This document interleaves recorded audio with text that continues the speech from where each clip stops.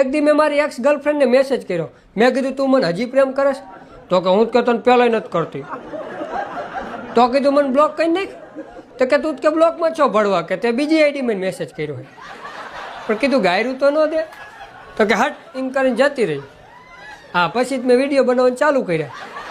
અને એક દી અચાનક વિડીયો થઈ ગયો વાયરલ. તો હું વિડીયોની કમેન્ટ વાંચતો હતો ને, તેમાં એક છોકરીએ કમેન્ટ કરેલી કે કોઈ સિંગલ છોકરો હોય તો મેસેજ કરો. તો એક ભાઈ હશે વળી મારા જેવો, તેને વળી રિપ્લાય આપ્યો. તો એ બી વાતો કરવા માંડ્યો. એમ કરીને એનું સેટિંગ થઈ ગયું. વિડીયો હું બનાવું, સેટિંગ એ કર. 3 મિલિયન વ્યૂઝ આવ્યા હતા એ રીલમાં. ડિલેટ કરી નાખી. પછી મેં મેસેજ કર્યા ચાલુ, તમારું સેટિંગ થઈ ગયું. વાત કરતો તું કાયમ. તો એક દી મેં કીધું બેબી ક્યાં? કે બેબી કે હું કે મંદિરે જઈ હું.